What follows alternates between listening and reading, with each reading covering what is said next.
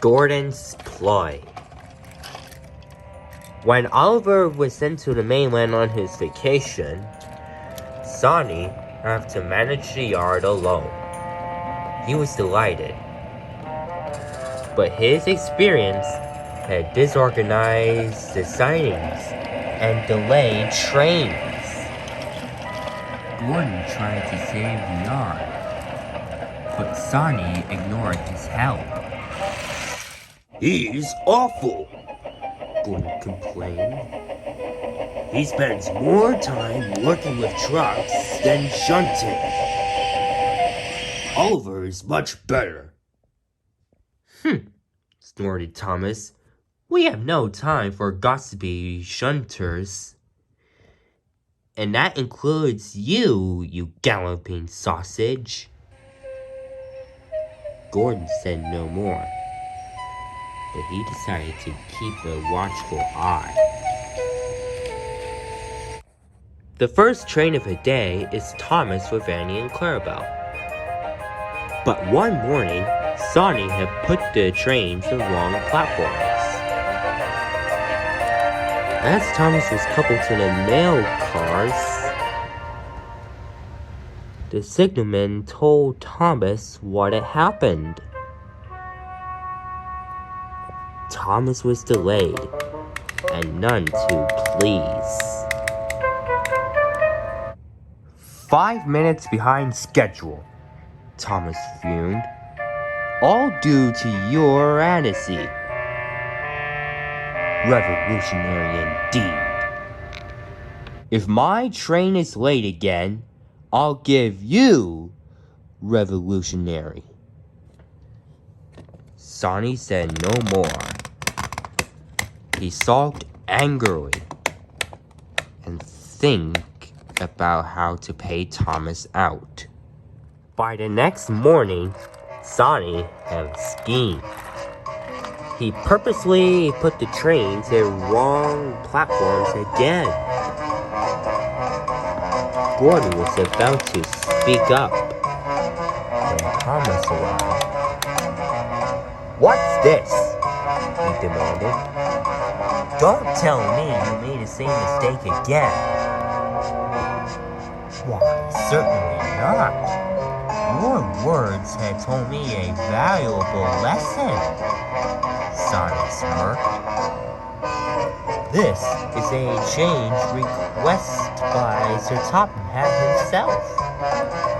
The way I hear it, you pull the mail much better. Percy is only suitable for Annie and Clarabelle of yours now. It's your turn today, and perhaps forever." And Sonny left, leaving Thomas full of pride. But when Percy arrived, he was surprised to be coupled to Annie and Clarabelle. Gordon tried to explain what had happened, but Thomas and Percy argued so bitterly that no one paid attention. In the end, Percy left with his very late train and a nasty precision. "That Thomas," Percy complained to Gordon, saying that he pulls the mail train better than me. What railway think it's true? My supervisor had never complained. And I pull Annie and Clarabelle now? Disgraceful. Where did he get such idea from?" From Sonny, retorted Gordon. I tried to tell you earlier. Percy was speechless. "You silly tank engines," scolded Gordon. "Sonny made you act horrid to Oliver, and now you're being horrid to each other. Sit around and complain if you like, but I had enough."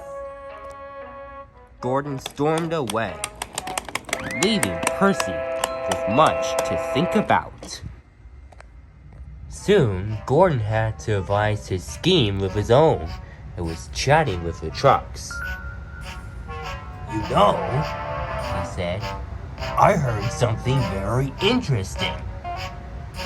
"What is it?" asked the trucks. Sonny things are very easy to pull. He says he's got you following his every command. The trucks were furious. Someone should show him a thing or two. And Gordon scampered off. The troublesome trucks began plotting at once. Someone was going to be them.